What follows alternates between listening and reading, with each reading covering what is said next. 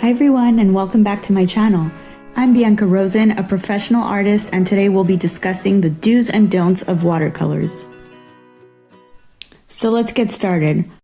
Here's the first issue that I see beginners struggling with often. Most people tend to take a blank sheet of paper, put it on their table, and start painting directly on the paper. The issue with this is that when you're using watercolors, you will most likely be using a bunch of water, and what this will cause is a warped piece of paper on your table, which will then influence the way your paint dries and a bunch of other things. And warped paper is not fun. This is what it looks like, and then it just becomes more difficult to work with. As you can see, the paint is beating up on both sides. This is no good because it's going to create strange looking lines on both sides of your paper when it ends up drying, and also it'll probably leak all over your table and just make a big mess. So here's the solution. Grab a new piece of paper and grab some tape. It doesn't matter what tape. I'm using Scotch tape, that works just fine. And make sure to tape your paper onto your table.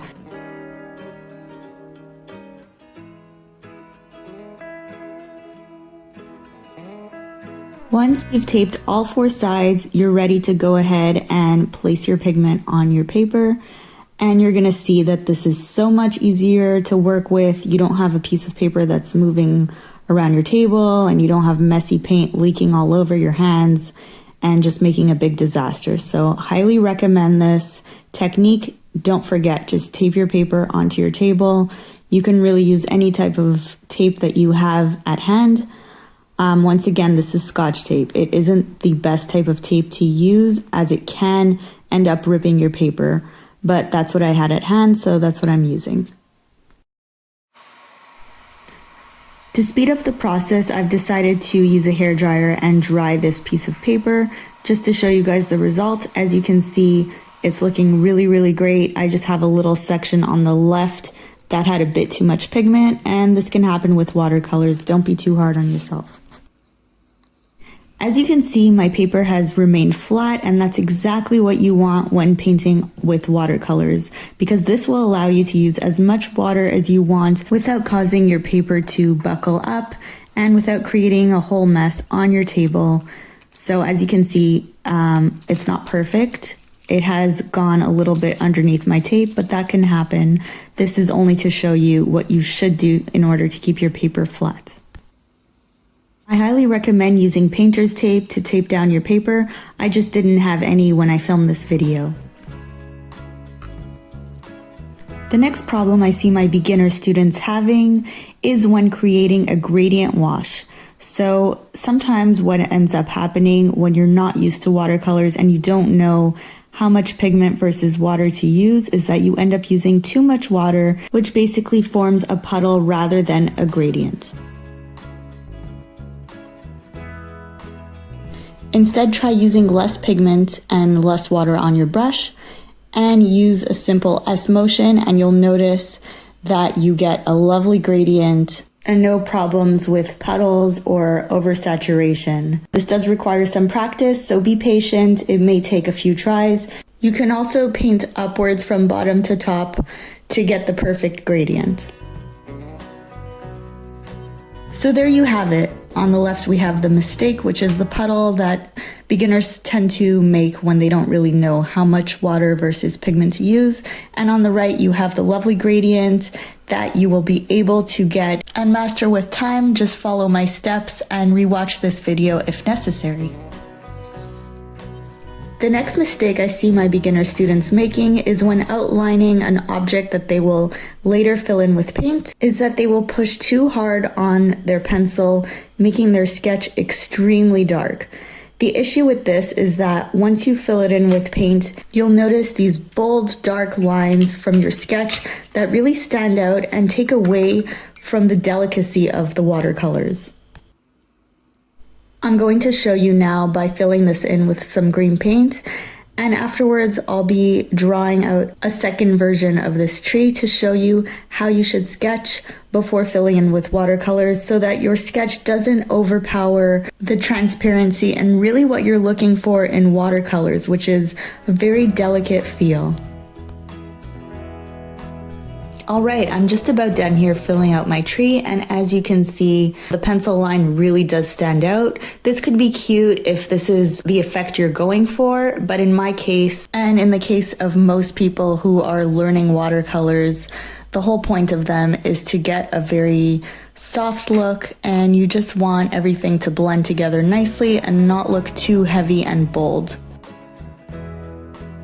As you can see in the second drawing, I'm drawing extremely lightly. I'm not putting any force on my pencil. And don't worry if your sketch isn't perfect. You could always use an eraser and erase little bits and pieces, which is also much easier to do if you draw softly or use, let's say, an HB pencil versus a B pencil, which would be very, very dark. You can already notice the difference between my first sketch and my second sketch. The first one was basically a drawing, your outline was your focal point, whereas in the second one, we're just using the sketch as a reference, and then we are filling it in, making the watercolor the focal point and the center of attention.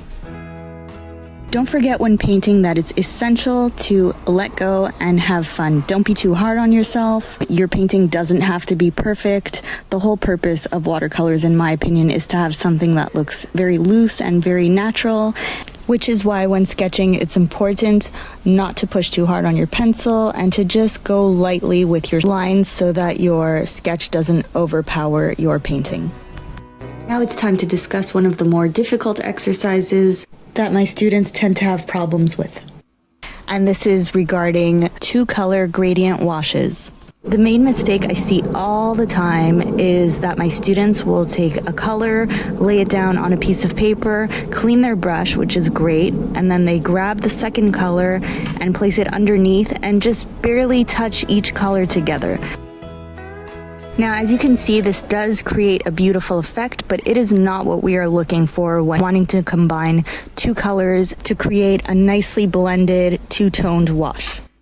To solve this problem, start by grabbing your pigment and paint on your piece of paper as you normally do, and after a few strokes, take your paper towel, clean your brush a little bit, removing some of the pigment, and go back into your little patch of color and add a little more pigment. Once you're done with this step, clean your brush completely, go into your second color doing the same thing, start at the bottom so that you get rid of your concentration of color first before going into the second color. This is very important, so don't confuse this step and add your pigment somewhere else. Just as we did with the first color, grab your brush and dab it on your paper towel, removing some of the excess pigment, and keep painting upwards, making sure to blend your first color with your second color, which should end up looking a little something like this. And there you have it. We created a beautifully blended wash with two colors in the second square. As you can see in the first square, we're really missing that smooth transition between the top and bottom color. And finally, it's time to move on to the last mistake I see my beginner students make.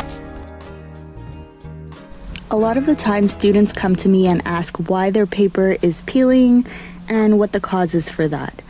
The answer to that is that usually either the paper they're using is not heavy enough, meaning it is not thick enough, perhaps it's not made for watercolors specifically, or the issue is that they are painting over the same area too many times, causing the paper to peel and basically to disintegrate, which is not ideal.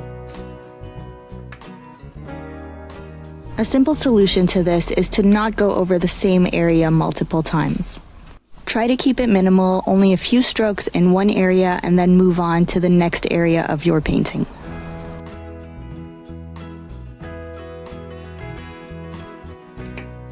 And finally, here's a close-up to show you the damage that has been done in the first square. As you can see, there's a lot of peeling. It looks really terrible. Whereas the second square looks perfect. There's no peeling at all. And you'll also notice that there is the same amount of pigment in both squares, meaning there's no point painting over the same area over and over again. So try to avoid this mistake. If you enjoyed this video, please leave me a thumbs up, subscribe to my channel, leave me a comment. If you have any questions, don't be shy. I love hearing from you guys. Thanks and see you soon.